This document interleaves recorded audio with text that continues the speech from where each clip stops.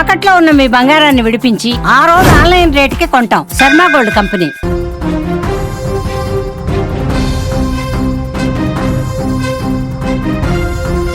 విజయారెడ్డి తన ఇద్దరు పిల్లలతో రైల్వే ట్రాక్ దగ్గరికి వెళ్లి బలవన్మరణానికి పాల్పడినటువంటి ఘటన సంచలనంగా మారింది. అసలు ఆమెకి ఏం కష్టం వచ్చింది, ఎందుకు ఇద్దరు పిల్లలతో సహా ఆత్మహత్య చేసుకోవాల్సి వచ్చింది అనేటువంటి పరిణామం ఇంకా ప్రశ్నగా మారింది. తమ ఇద్దరు పిల్లల కోసం భార్యాభర్తలు దూరంగా ఉంటున్నారు. భర్త దుబాయ్లో జాబ్ చేస్తుండగా భార్య హైదరాబాద్లో ఓ ఐటీ కంపెనీలో టీమ్ లీడర్గా జాబ్ చేస్తుంది. ఇద్దరు పిల్లలకు కూడా చదువులో మంచిగా రాణిస్తున్నారు. కానీ ఇంతలో ఏమైందో ఏమో కానీ ఆమె తీసుకున్న నిర్ణయం ముగ్గురు ప్రాణాలను బలి తీసుకుంది. చర్లపల్లి గట్కేసర్ రైల్వే ట్రాక్ పైన చేతన్ రెడ్డి, విశాల్ రెడ్డితో పాటు తల్లి విజయారెడ్డి ఆత్మహత్య చేసుకున్న ఘటన తెలుగు రాష్ట్రాలలో ఇప్పుడు సంచలనంగా మారింది. ఇక ఈ కేసు పైన పోలీసులు దర్యాప్తు ముమ్మరం చేస్తున్నారు. ఇప్పటికే విజయారెడ్డి సెల్ ఫోన్, ల్యాప్టాప్లను స్వాధీనం చేసుకుని ఫోరెన్సిక్ పరీక్షకు పంపేందుకు సిద్ధమయ్యారు. అయితే ఈ కేసులో ప్రధానంగా వినిపిస్తున్నటువంటి మాట ఒంటరితనమే ఆత్మహత్యకు ప్రేరేపించి ఉండవచ్చని, బిడ్డలకు చిన్న దెబ్బ తగిలితేనే విలవిల్లాడేటువంటి అమ్మ రాసిన మరణ శాసనం వెనుక ఒంటరితనమే ప్రధాన కారణం కావచ్చని అంచనాకు వచ్చారు. తండ్రి విదేశాలలో ఉండడంతో తమకు అన్నీ తానే నడిపించే అమ్మ మాటే శిరోధార్యంగా భావించి ఉంటారు. ఆత్మహత్యకు ముందు కారులో తల్లి మాటలు ప్రభావం చేసి ఉండవచ్చని కూడా పోలీసులు భావిస్తున్నారు. 2007లో సురేందర్ రెడ్డి, విజయారెడ్డిలకు వివాహమైంది.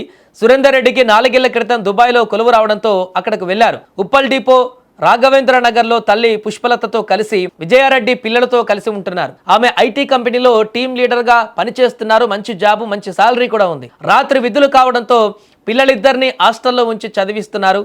ఉద్యోగరీత్యా పిల్లల భవిష్యత్తు కోసం భార్యాభర్తల మధ్య దూరం ఆమెలో ఒంటరితనాన్ని భావనను పెంచినట్టుగా కనపడుతుంది. ఇప్పటి వరకు మొండిగా నెట్టుకొచ్చినటువంటి పరిస్థితుల ముందు తలవంచాల్సి వచ్చింది. 15 రోజులుగా ఒంటరిదాన్ని అనే ఆలోచన ఆమెను మరింత కుంగదీసింది. దగ్గరి బంధువులు, స్నేహితులతో ఇదే విషయాన్ని పదే పదే పంచుకుంటూ బాధపడేదంటూ విజయారెడ్డి సమీప బంధువు చెబుతూ మాటలు ఒంటరిగా ఇంకెంతకాలం అంటూ బాధపడేదన్నారు.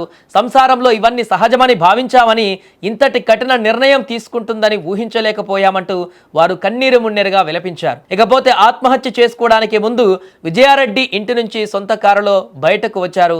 శుక్రవారం సాయంత్రం హాస్టల్లో ఉన్నటువంటి ఇద్దరు బిడ్డలను బయటకు తీసుకువచ్చారు. కారును చెర్లపల్లి రైల్వే స్టేషన్ పార్కింగ్ లో నిలిపారు.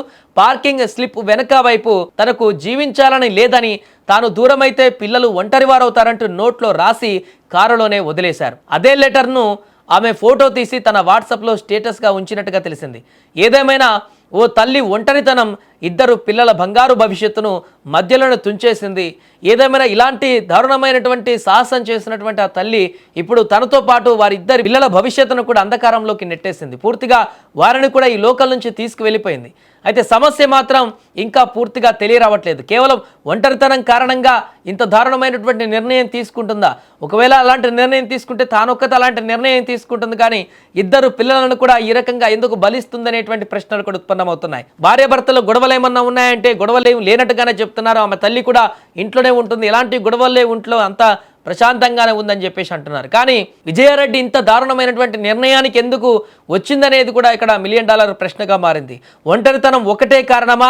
ఆఫీసులో ఇంకేమైనా ఇబ్బందులు ఉన్నాయా? లేకుంటే ఇంకేదా ఇతరత్ర ఇబ్బందులు ఉన్నాయా?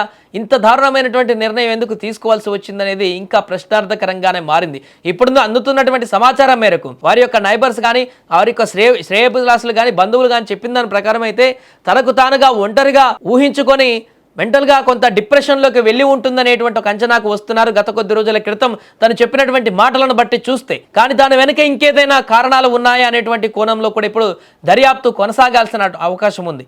పోలీసులు ఆ రకంగా అన్ని కోణాలు పరిశీలిస్తున్నారు. ల్యాప్టాప్లు, ఫోన్లు అన్నీ స్వాధీనం చేసుకున్నారు. దాంట్లో ఏదైనా క్లూ దొరుకుతుందా అని పరిశీలిస్తున్నారు. ఎవరైనా విజయారెడ్డిని ఇబ్బందికరమైనటువంటి పరిస్థితులకు తీసుకువచ్చారా, ఆమె ఇంత బలవన్మరణానికి పాల్పడాల్సినటువంటి బలమైనటువంటి కారణాలు ఏంటి అనేటువంటి పూర్తి వివరాలను కూడా సేకరిస్తున్నటువంటి పరిస్థితి ఉంది. ఏదేమైనా కూడా హైదరాబాద్లో చోటు చేసుకున్నటువంటి ఈ యొక్క దారుణమైనటువంటి ఘటన ఇప్పుడు సంచలనంగా మారింది.